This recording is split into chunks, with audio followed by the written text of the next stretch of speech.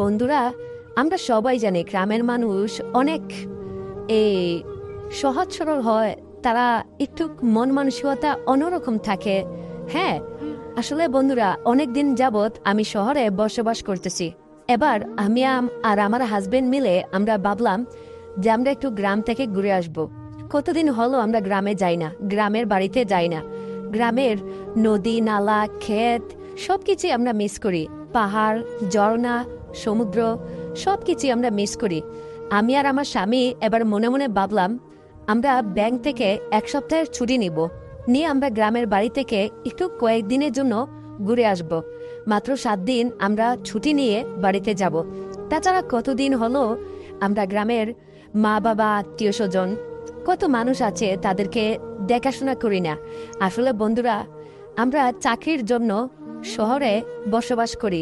মূলত আমি আর আমার স্বামী, আমি একটা ব্যাংকে চাকরি করি, আমার হাজবেন্ডও একটি ব্যাংকে চাকরি করে। বন্ধুরা, আমরা কলকাতার একটি শহরে বসবাস করি এবং সেইখানে একটি ব্যাংকে চাকরি করি। আমাদের বাড়ি হচ্ছে মুর্শিদাবাদে। বা মুর্শিদাবাদ কিন্তু বেশ সুন্দর একটি জায়গা।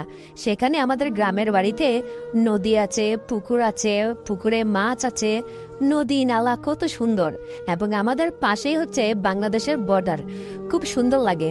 ওইদিকে বাংলাদেশের বর্ডারের দিকে আছে হচ্ছে দিনাজপুর। কতদিন হলো সেগুলো দৃশ্যগুলো দেখি না। এবার মনে হলো একটু গ্রাম থেকে ঘুরে আসা দরকার। আমি আর আমার হাজবেন্ড একটু প্ল্যান করলাম। আমার হাজব্যান্ডও সে ব্যাংকে চাকরি করে, আমিও সে একই ব্যাংকে চাকরি করি। পেটের টানে আমরা শহরে বসবাস করি। মূলত আমরা গ্রামেরই মানুষ। যাই হোক, কিন্তু বন্ধুরা, গ্রামের মানুষ আমরা আসলে যেটা ভাবতাম যে তারা অনেক বুকাসুকা, একটু সহজ সরল, কিন্তু গ্রামের মানুষজন যে এখন এত চালাক হবে এইটা আসলে স্বপ্নেও ভাবি নাই। আমার বাসুর মূলত আমার আসলে হাজব্যান্ডের চাচাতো ভাই, তার বড় ভাই। সে খুব সহজ সরল একটা মানুষ ছিল যখন আমার বিয়ে হয়, কিন্তু তিনি এখন এত বড় চালাক হয়েছেন যা বোঝাই মুশকিল। বন্ধুরা, গ্রামের বাড়িতে যাওয়ার সময় তিনি আমাদের সঙ্গে এমন একটি কাজ করে বসবেন যেটা আমি কখনো স্বপ্নতেও ভাবি নাই। আমি দেখতে একটু মোটাসোটা ছিলাম, একটু সুন্দর ছিলাম, সবাই আমাকে পছন্দ করত। তাছাড়া আমার দেহ, আমার ফিগার দেখে অনেকেরই মাথা খারাপ হয়ে যেত।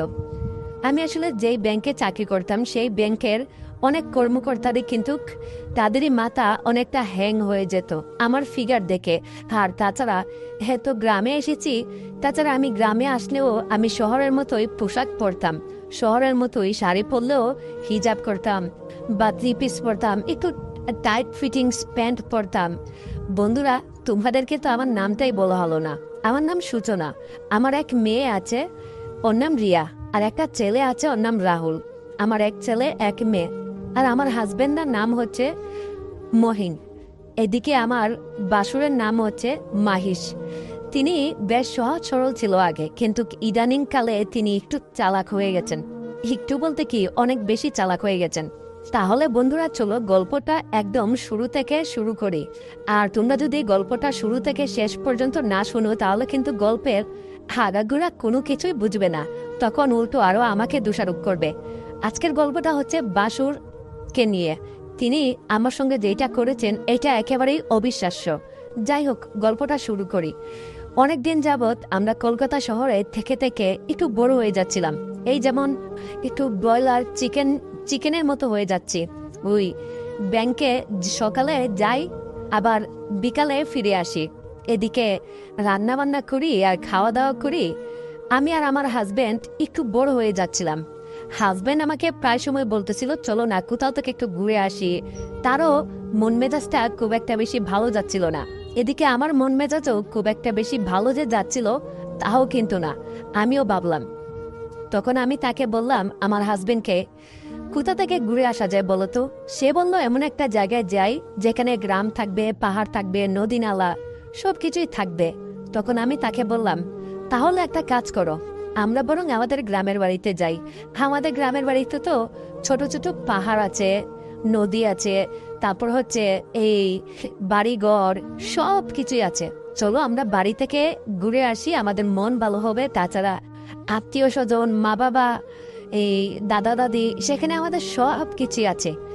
তাছাড়া বাংলাদেশ ভারতের একটা বর্ডারও আমরা সেখানে দেখতে পারবো। আমরা তো ছোটবেলায় ওই জায়গাতেই আমাদের সময়টা কাটিয়েছিলাম। আসলে শহরে একদম ব্রয়লার মুরগির মতো জীবনটা হয়ে যাচ্ছিল। এই সকালে ডিউটিতে যাও, আবার বিকালে ফিরে আসো, তারপর হচ্ছে রান্না করো, খাও, ঘুমাও। লাইফে কোনো অ্যাডভেঞ্চার নাই। এই জন্য আমরা ভাবলাম যে একটু অনেকদিন পর গ্রামে যাব। তখন আমার হাজব্যান্ড ব্যাকপ্যাক সবকিছু গুছালো। আমি আর আমার হাজব্যান্ড অফিস থেকে আমরা 1 সপ্তাহের ছুটি নিলাম। ছুটি নেওয়ার পর আমরা রবিবার মানে সানডে রবিবারের দিকে আমরা রওনা দিলাম। বন্ধুরা, গ্রামে যাওয়ার পর আমার এবং আমার স্বামীর মন এতটা ভালো হয়ে গেছে, এতটা আনন্দিত হয়ে গেছে, যেটা তোমাদেরকে বোঝাতে পারবো না।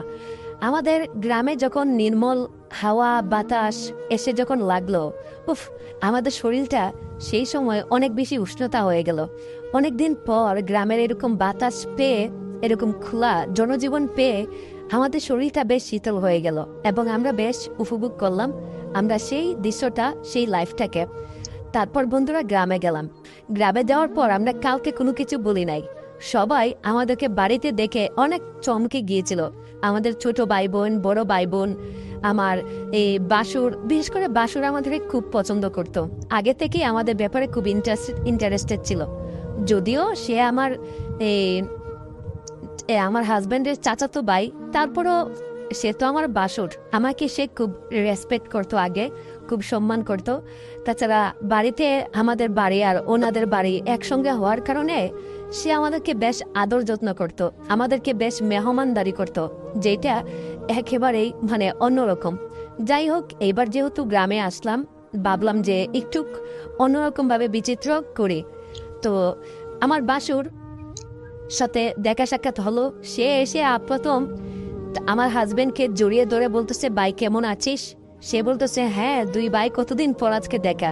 তারা মিলেমিশে দেখা সাক্ষাৎ করে পরে বাসুর আমার কাছে আসলো। আমার কাছে এসে সে আমাকে বলতেছে, আরে কি ব্যাপার, হ্যাঁ তুমি তো দেখতেছি একেবারে পুরো চেঞ্জ হয়ে গেছো, রূপকথার মতো অনেক সুন্দরী হয়ে গেছো। আগে তো এত সুন্দরী ছিলে না। কি তোমার রূপের রহস্য কি? এত সুন্দর হওয়ার কারণ কি? শহরের মতো সেই ব্রয়লার মুরগির মতো দেখতেছি দিন দিন খালি ফুলেই যাচ্ছ, হ্যাঁ, এত মোটা হয়ে গেছো। তোমার বডি শুটি তো বেশ দারুণ হয়েছে। আমি বললাম, বাই জাত, এটা আপনি কি বলতেছেন? কোথায় এতদিন পর আসলাম, একটু এই সেবা যত্ন করবেন, তাছাড়া আপনি এসব কি বলতেছেন ভাই? আমার কি লজ্জা লাগে না? তখন সে আমাকে বলতেছে, আরে সূচনা, অনেকদিন পর এসেছ, তোমাকে কি আমি আদর সোহাগ না করে পারি? আসো আসো, বুকে আসো। এই কথা বলে সে আমাকে জড়িয়ে ধরে বলতেছে, বাহ, তোমার শরীরের গ্রানটা সত্যি তো বেশ চমৎকার। আজকে আমি তোমাকে একটু অন্যরকম ভালোবাসা দেব, এক অন্যরকম জগতে তোমাকে নিয়ে যাব, তোমাকে এক কঠিন ভালোবাসা দেব। হ্যাঁ, এখন থেকে আমি তোমার আরো বেশি বেশি খেয়াল রাখবো। আমি তাকে বললাম, এসব আপনি কি বলতেছেন ভাইয়া? বেশি বেশি খেয়াল রাখবেন মানে? আমি তো আপনার কথা কোনো কিছু বুঝতেছি না। তখন সে আমাকে বলতেছে, আরে এত লজ্জা পেও না, আমি এখন থেকে তোমার একটু বেশি খাতির যত্ন করব, একটু খেয়াল রাখবো। তুমি অনেকদিন পরে এসেছো না শহরে, হয়তো তুমি বড় হয়ে গেছো। আমি তোমাকে অনেক কাছে রাখবো, অনেক আপ্যায়ন করব। দেখ, তার সেই সমস্ত কথা আমি কেউ কোনো কিছুই আসলে বুঝতে পারলাম না, কারণ সে অনেক সময় আমার সঙ্গে মস্করা করে, আমার সঙ্গে মজা করে। আমি এটাকে আসলে খুব সিরিয়াসলি না, আমি এটাকে ফান হিসেবে, মজা ভেবে নিয়েছিলাম। উফ, রাতে যখন খাবার খেতাম তখন আমার শ্বশুর শাশুড়ি, তারপর হচ্ছে আত্মীয় স্বজন, সবাইকে দেখে খুশিতে অনেকটা আপ্লুত হয়ে গেলাম। সবাই এখানে আছে, অনেক খুশি লাগতেছে, অনেক আনন্দ হচ্ছিল। মনে হচ্ছিল যে পুরো পরিবারটা একসঙ্গে আছে। মানে এতটা আনন্দ আর এতটা খুশি এর আগে বোধ হয় আমি আর হইনি। আমার কাছে খুব মজা হচ্ছিল, খুব সময়টাকে খুব এনজয় করতেছিলাম, খুব ভালো লাগা কাজ করতেছিল। তো এত ভালো লাগা কাজ করতেছিল বন্ধুরা, সেইটা তোমাদেরকে আর বলে বোঝাতে পারবো না। সবাই একসঙ্গে রাতের খাবার খেলাম, অনেক মজা হচ্ছিল। পরের দিন সকালবেলা আমার বাসুর আমাদেরকে দাওয়াত দিয়েছে। আমার 2 ছেলে মেয়ে সহ তাদের সঙ্গে সকালবেলা খেলাম। খাওয়ার পর তারা আমাদেরকে বলতেছে, আজকে থেকে আমাদের বাসায় খাবে, ঠিক আছে, সারাদিন, আর আমাদের এখানে ঘুরবে। তখন আমার হাজবেন্ড বলতেছিল, কিরে মাহেশ, এতদিন পর গ্রামে আসলাম, কোথায় একটু গ্রামটা ঘুরে দেখাবে, একটু পাহাড় নদী। আসলে শহরে একটু বোর হয়ে যাচ্ছিলাম, এই জন্যতেই তোদের এখানে আসলাম। তখন আমার হাজবেন্ড এবং আমাকে নিয়ে আমরা গেলাম, নদী দেখলাম, পাহাড় দেখলাম, গ্রাম দেখলাম। সবকিছুই কেমন যেন একটা সুন্দর সুন্দর একটা আবহাওয়া তৈরি হয়েছিল। কিন্তু বন্ধুরা, গ্রাম আসলে শহরের মতো এতটা উন্নত না বা এতটা না। গ্রামে গোসল করতে হয় কলে, আর কল হচ্ছে গ্রামের আমাদের ঘরের সঙ্গেই। কিন্তু বন্ধুরা, আমি যখন কলে গোসল করি, আসলে আমাদের এই গ্রামের মানুষগুলো এতটা টাকা নেই, তারা আসলে ওই পাকা বাড়ি তৈরি করে না। আমাদের যে বাড়িটা সেটা হচ্ছে মাটির ওয়াল, আর এখানে বাহিরে হচ্ছে কল, গোসলখানা, বাথরুম সবকিছু। আমি যখন কলে দুপুরবেলা গোসল করতেছিলাম, আমার বাসুর সে কিন্তু দূর থেকে চেয়ে চেয়ে দেখতেছিল। আমি বুঝতে পারলাম সে আমার শরীর দেখে অনেকটা ফুরফুরে মেজাজে আছে, অনেকটা উষ্ণতা নিয়ে সে আমার জন্য ওয়েট করতেছে বা বসে আছে। সে আমার শরীর দেখে, আমার ফিগার দেখে মাঝে মধ্যেই সে এই ভেতরটা একটু কেমন যেন করতেছে। আমি বুঝলাম সে হয়তো এখন আর আগের মতো নাই।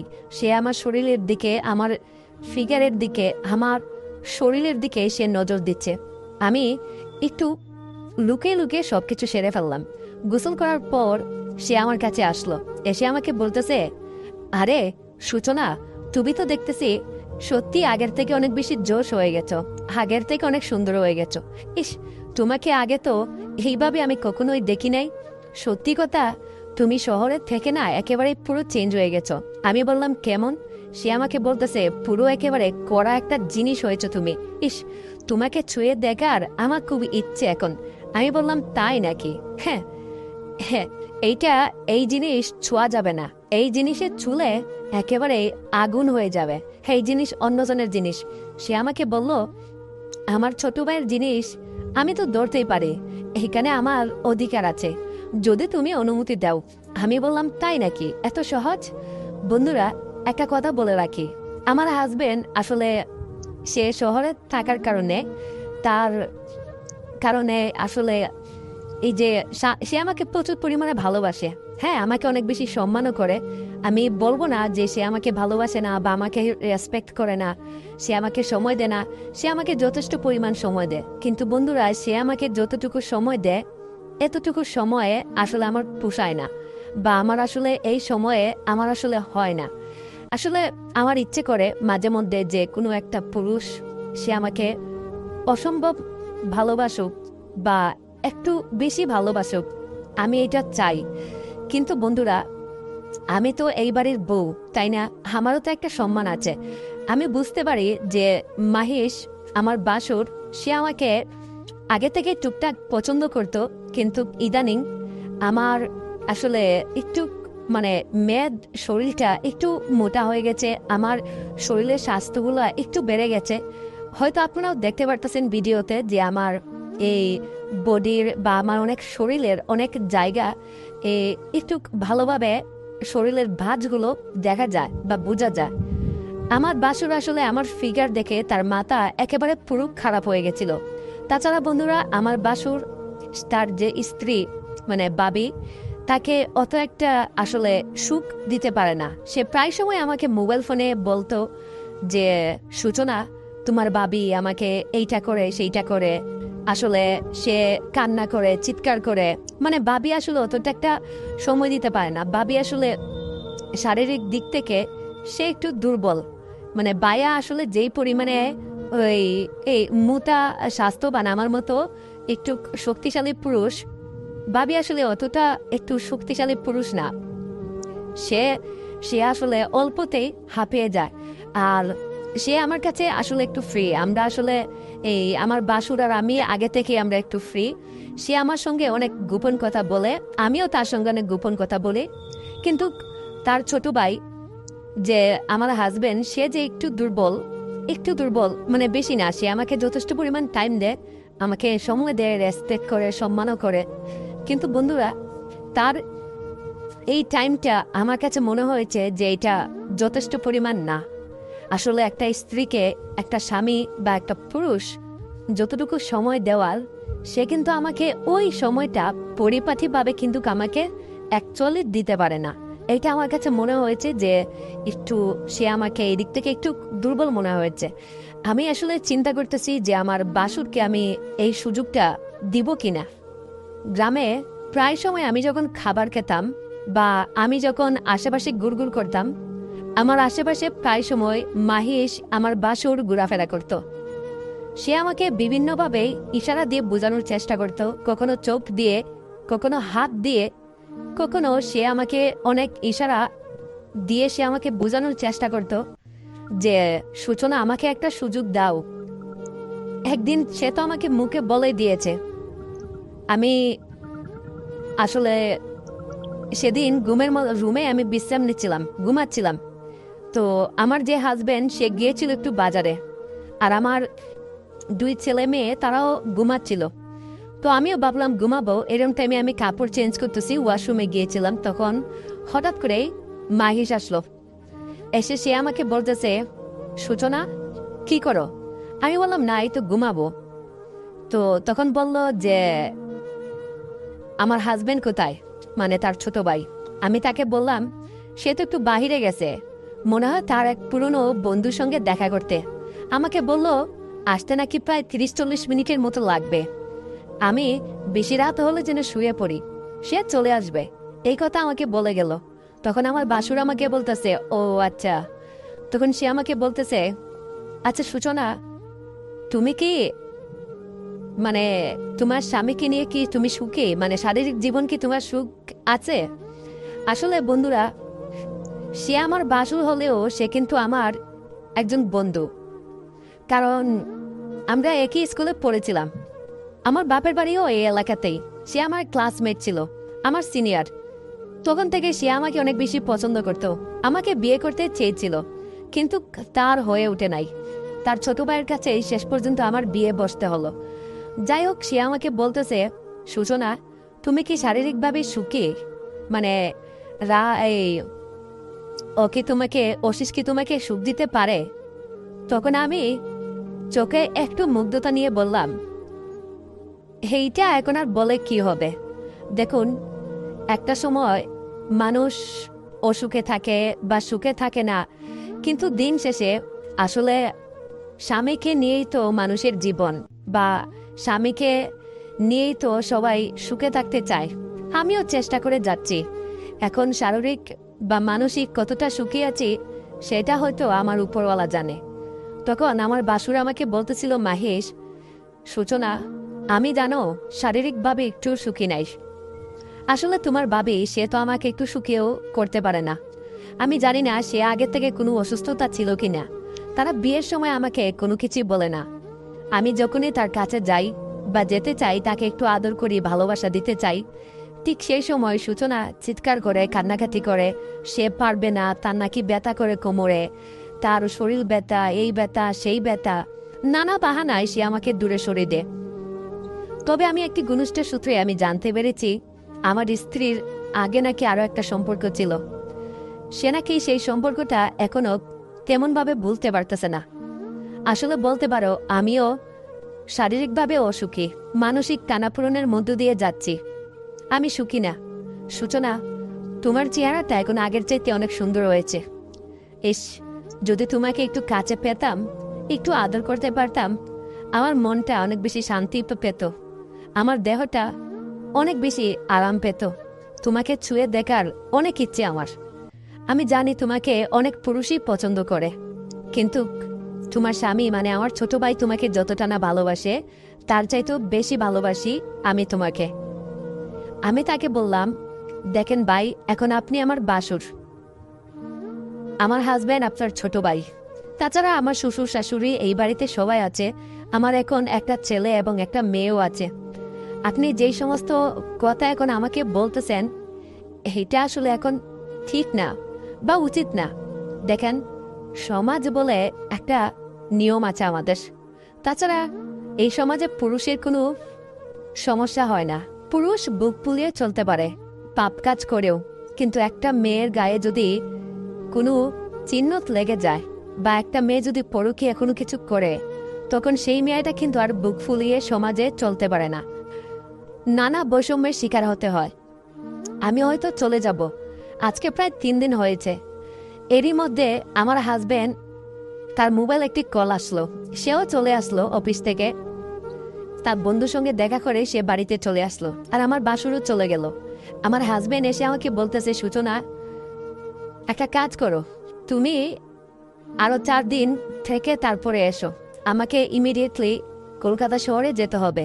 আমি তাকে বললাম, কেন, কি হয়েছে? তখন সে আমাকে বলল, আরে অফিসে একটা কাজের সমস্যা হয়েছে, আমার একটি ক্লায়েন্ট সে খুব সমস্যা ভুগতেছে, আমাকে না গেলে আসলে এই সমস্যাটা সলভ হবে না, এই জন্য আমাকে স্যার ফোন দিয়েছে, আমাকে যেতেই হবে। তবে তুমি আরো কয়েকদিন থাকতে পারো, তুমি থেকে তারপর আসতে পারো।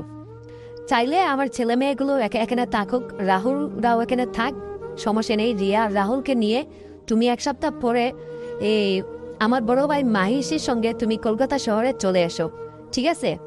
তখন আমি আসলে কি বলবো বুঝতে পারতেছি না, কারণ মাহিষ হচ্ছে আমার এক সময়ের পুরনো বন্ধু, তাছাড়া বর্তমানে উনি আমার বাসর, তাছাড়া উনি একটা সুযোগ খুঁজতেছে, একটা সুযোগ পেলেই হয়তো তিনি আমাকে হাতছাড়া করতে চাইবেন না, আমাকে তিনি কোনো কিছু করতে চাইবেন, কিন্তু তিনি সেই সুযোগটা পাচ্ছেন না।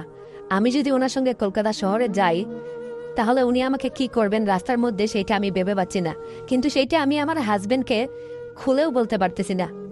তখন আমি তাকে বললাম, আচ্ছা ঠিক আছে, তুমি যাও ভালোভাবে দেখে, আমি চলে আসব।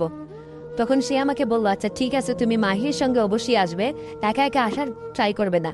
তখন সে রাতে ওই যে কলকাতার এখন কিছু বাস হয়েছে বন্ধুরা, লাক্সারিয়াস প্রিমিয়াম বাস, যেই বাসগুলোর মধ্যে আসলে ঘুমিয়ে শুয়ে যাওয়া যায়, আমার হাজবেন্ড সেই রাতেই সে চলে গেল। আমি তাকে বললাম কালকে সকালে যাও, তখন সে আমাকে বলল না, রাতের মধ্যে আমাকে চলে যেতে হবে এবং সকালে গিয়ে অফিসে জয়েন করতে হবে, ওই ক্লায়েন্টটাকে সমস্যা আগে সলভ করতে হবে। আমি বললাম আচ্ছা ঠিক আছে, সবকিছু দেখে শুনে যেও। 1200 টাকা বাস মুর্শিদাবাদ থেকে কলকাতায় যেতে, সেখানে খুব লাক্সারিয়ার বাস, ঘুমিয়ে ঘুমিয়ে যাওয়া যায়, তার সমস্যা হবে না, সে ঘুমিয়ে যেতে পারবে। তখন আমি তাকে বললাম আচ্ছা ঠিক আছে, ভালোভাবে যেও। এরপর আমার বাসুর প্রতি রাতেই আমার কাছে আসতো। আমার ছেলে রাহুল এবং রিয়া যখন ঘুমিয়ে পড়তো, প্রায় 1টা-1.5টা নাগাদ আমার বাসুর আমার কাছে আসার চেষ্টা করত। আমি তাকে কোনোভাবেই না করতে পারতাম না, সে আমার কাছে আসতো। তখন আমি তাকে অনেক দোহাই দিতাম, দেখো আমার শ্বশুর শাশুড়ি তারা কিছু টের পেয়ে যাবে, তাছাড়া আমি আমার হাজব্যান্ডকে ঠকাতে চাই না, তুমি এমনটা করো না। সে আমার সঙ্গে জোর করতো বন্ধুরা, 1 দিন 2 দিন, শেষ দিন আমি যেদিন চলে যাব তার আগের দিন সে আমার সঙ্গে জোর করে রাতে এমন একটি ঘটনা ঘটাবে, সেটা আমি একদমই বুঝতে পারলাম না। আমি তাকে ভেবেছিলাম সে হয়তো গ্রামের সহজ সরল একজন মানুষ। আসলে বন্ধুরা, অনেক দিন যাবৎ শহরে থেকে থেকে একটু বড় হয়ে গিয়েছিলাম, ভাবছিলাম যে একটু গ্রাম থেকে ঘুরে আসলে আত্মীয় স্বজন সবার সঙ্গে দেখা হবে, পাশাপাশি গ্রামের নদী নালা, তারপর হচ্ছে পাহাড় পর্বত, সবকিছুই দেখা হবে। তাছাড়া এখন শীতের সময় আমাদের গ্রামে প্রচুর পরিমাণে পিঠা হয়, তালের পিঠা, সন্দেশ পিঠা, অনেক অনেক জাতের পিঠা হয়, পিঠাও খেয়ে গেলাম। কিন্তু বন্ধুরা, আমার বাসুর সে আমার সঙ্গে ওই রাতে এমন একটি ঘটনা ঘটাবে, সেটা আমি স্বপ্নেও ভাবতে পারি নাই। আমি ঘুমিয়েছিলাম, ওই দিন আমার মাথাটা প্রচুর পরিমাণে ব্যথা করতেছিল। সে আমার ঘুমের মধ্যে পিছন থেকে এসে আমাকে জড়িয়ে ধরে, আমাকে ঘুমের মধ্যে সে এমন একটি কাজ করে বসলো, প্রায় একটানা 2-3 ঘন্টা। আমি ঘুম থেকে উঠে দেখি একই হয়ে গেল আমার সঙ্গে। তখন আমি বাসুরকে বললাম, হাই হাই, আপনি এইটা কি করে বসলেন? এখন আমি কিভাবে আমার স্বামীর কাছে আমি মুখ দেখাবো? তখন সে আমাকে বললো, আরে এত চিৎকার করতেছো কেন? এই রুমে তো তুমি আর আমি ছাড়া কেউ নেই, তুমি যদি চিৎকার করো দেখো রাহুল আর রিয়া উঠে পড়বে, তখন তারা সবকিছু জেনে যাবে। তখন বন্ধুরা, সে আবারও ওই রাতে আমার সঙ্গে থাকতে চাইলো। আমি তখন মনে মনে ভাবলাম, হায় আল্লাহ, গ্রামের মানুষগুলোর এত সাহস! হ্যাঁ, আমার বাসুর পাশেই আমার শ্বশুর শাশুড়ির রুম, এর পাশেই আমার ননদের রুম, কিন্তু তিনি, আমার বাসুর, এত রাতে এত রিস্ক নিয়ে তিনি আমার রুমে চলে আসলো, এসেই আমার সঙ্গে যেই কাজটা করলো, বাপরে বাপ, এত সাহস! পরের দিন আমি চলে যাব বন্ধুরা, রাতে যাব। আমি চেয়েছিলাম সকালবেলা যেতে, কিন্তু আমার এই শাশুড়ি মা আমাকে যেতে দিল না। তিনি বলল আমি যেন রাতে যাই, যেন সারা রাত ঘুমিয়ে যেতে পারি, পরের দিন গিয়ে যেন আমি অফিস করতে পারি। এই জন্য আমাদের জন্য 3টা সিট কাটলো, লাক্সারিয়াস সিট। এগুলো বাসের ভিতরে আসলে আপনি চাইলে শুয়ে ঘুমিয়ে বসে যে কোনোভাবেই যেতে পারবেন, মানে একটা বেডরুমের মতো। তো আমি রাহুলকে আর রিয়াকে এক পাশে দিলাম, আর এক পাশে বাসুর আর আমি। তো আমি আর রাহুল রিয়া চাইলাম আমরা একসাথে থাকতে, কিন্তু আমার বাসুর আমাকে দিল না। তিনি ওই বাসের মধ্যে যাত্রায় আমি বললাম, দেখেন গাড়ির মধ্যে কি হয় না হয় এটা বলা যায় না, আমরা গাড়ির মধ্যে এই কাজ করতে পারি না। কিন্তু সে আগে থেকেই প্রস্তুতি নিয়ে এসেছে যে গাড়ির মধ্যে সে আমার সঙ্গে এই কাজটা করবে। সে আমাকে বন্ধুরা, গাড়িতে উঠেছিলাম হচ্ছে রাত 10টায়, রাত 1টা পর্যন্ত প্রায় 3 ঘন্টা এই গাড়ির মধ্যে সে আমার সঙ্গে যা ঘটনা ঘটালো, বেডরুমের মতো মনে হচ্ছিল এটা কোনো গাড়ি দিয়ে আমরা যাচ্ছি না, এটা পুরো একটা বাসর ঘর এরকম মনে হচ্ছিল। তার একটা সময় আমাদেরকে হোটেল বিরতি দিল, তারপর আমরা কিছু খাবার দাবার খেয়ে, আমি তো খাবার দাবার খাবো বড় কথা, আমি ডিরেক্ট ওয়াশরুমে গেলাম। আমার যে হাল করেছি, আমি গিয়ে আগে সবকিছু পরিষ্কার করে নিলাম, নিজেকে ফ্রেশ করে তারপর কিছু খেয়ে চলে আসলাম। আধা ঘন্টার হোটেল বিরতি শেষে আবারও গাড়ি টান দিল। আমার বাসুর 10 মিনিট রেস্ট নিয়ে সে আবারও তার গোপন কাজ শুরু করে দিল। এদিকে রাহুল আমাকে বলতেছে, মা তুমি এখানে কি করতেছ? এমনিতেই আমি রাহুলকে বললাম, না বাবা কিছু করতেছি না, তুমি ঘুমিয়ে পড়ো বাবা, সকালে আবার তোমাকে স্কুলে যেতে হবে। এই কথা বলে আমার বাসুর আবার সেই তার কাজ শুরু করে দিল। এইভাবে বন্ধুরা প্রায় আরো 3টা ঘন্টা গেল। তারপর আমার বাসুর থামলো। তখন আমি বাসুরকে নিজেই বললাম, কি এবার কি আপনার হয়েছে? আপনার কি এবার শেষ হয়েছে? আল্লাহর হস্তে এবার আমাকে ছাড়েন, আর কত? সে আমাকে বলতেছে, তোমাকে যত চাই ততই আমার লাগে।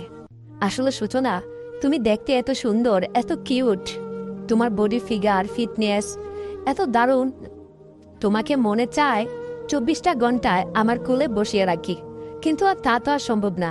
তুমি আজ অন্য কারো বউ, চাইলে তো আর আমি তোমাকে পারবো না। একটু পরেই বুড়ের সূর্য উঠবে, তখন তুমি চলে যাবে তোমার সেই কলকাতার তোমার হাজবেন্ডের কাছে, আর আমি চলে আসতে হবে আমাকে গ্রামে। সূচনা, যদি কখনো আমার কথা মনে পড়ে, জাস্ট আমাকে একটা ফোন করো, আমি তোমার সেই ফোন পেলেই আমি চলে আসব। তখন সে আমাকে কলকাতা বাস স্ট্যান্ড পৌঁছে দিয়ে আমাকে একটা অটো রিক্সায় উঠিয়ে দিয়ে সে তার মতো করে সেই আরেকটি বাসে করে সে চলে আসলো। তারপর আমি বাসায় এসে ফ্রেশ ট্রেশ হয়ে আবার 2 দিন 3 দিন 1 সপ্তাহ গেল, আমার গোড় কাটে নাই যে আমি গ্রামে গেলাম এক নিয়তে, অথচ ফিরে আসলাম আরেক নিয়তে। সারাক্ষণ আমার বাসুরের কথায় আমার কানে বাজতেছে, আমার চোখের সামনে যেন এই স্বপ্নটাই আমি দেখতেছি, আমার বাসুরের কথা। তো বন্ধুরা, মানুষের লাইফে আসলে অনেক কিছুই ঘটে। তাছাড়া আমরা আসলে শহরের মানুষ, যারা আমরা শহরে থাকি, আমরাও কিন্তু একটা সময় গ্রামের মানুষ। হয়তো আমরা পেটের দায়ে অথবা চাকরির সন্ধানে বা চাকরির খুঁজে আমরা শহরে বসবাস করি, কিন্তু আমাদের শরীরে মিশে আছে সেই গ্রামের গন্ধ, গ্রামের সবকিছু। আমরা এখনো গ্রামকে ভালোবাসি, কিন্তু বন্ধুরা আমরা আসলে মনে করি গ্রামের মানুষ সেই আগের মতোই সহজ সরল আছে, কিন্তু এখন গ্রাম অনেকটা চেঞ্জ হয়ে গেছে। এখন গ্রামের আনাচে কানাচেই মানুষ প্রেম করতেছে, কম্পিউটার নিয়ে বসে আছে। ঠিক আছে, গ্রাম আর শহর এখন আর অনেকটা আকাশ তফাৎ ব্যবধান না, এখন বরং শহরের চাইতে গ্রামের মানুষ আরো বহুত চালাক। আসলে গ্রামে প্রেম করার একটা সুবিধা হচ্ছে, পাট খেতে যাওয়া যায়, নদীর ধারে লুঙ্গি পরেও দেখা করা যায়। সো তোমাদের এমন কার কার ঘটনা ঘটেছে ব্যক্তি জীবনে, চাইলে আমাকে সেটা কমেন্ট করে জানাতে পারো। আর হ্যাঁ, আজকের গল্পটা তোমাদের কেমন লাগলো, তোমরা আসলে কেমন গল্প শুনতে চাও, চাইলে সেইটাও আমাকে কমেন্ট করে আমাকে জানাতে পারো। আমি চেষ্টা করব তোমাদের পছন্দ মতো গল্প নিয়ে আসার জন্য। সেই পর্যন্ত আমার কলিজার বন্ধুরা ভালো থাকবে, এবং তোমরা যদি নতুন হয়ে থাকো তোমাদের কাছে একটা রিকোয়েস্ট করব, সেই রিকোয়েস্টটা হচ্ছে এই চ্যানেলটা সাবস্ক্রাইব করে দিবে, আর আমাকে তোমাদের কাছে কেমন লাগলো সেইটাও কমেন্ট করে জানিয়ে দিবে।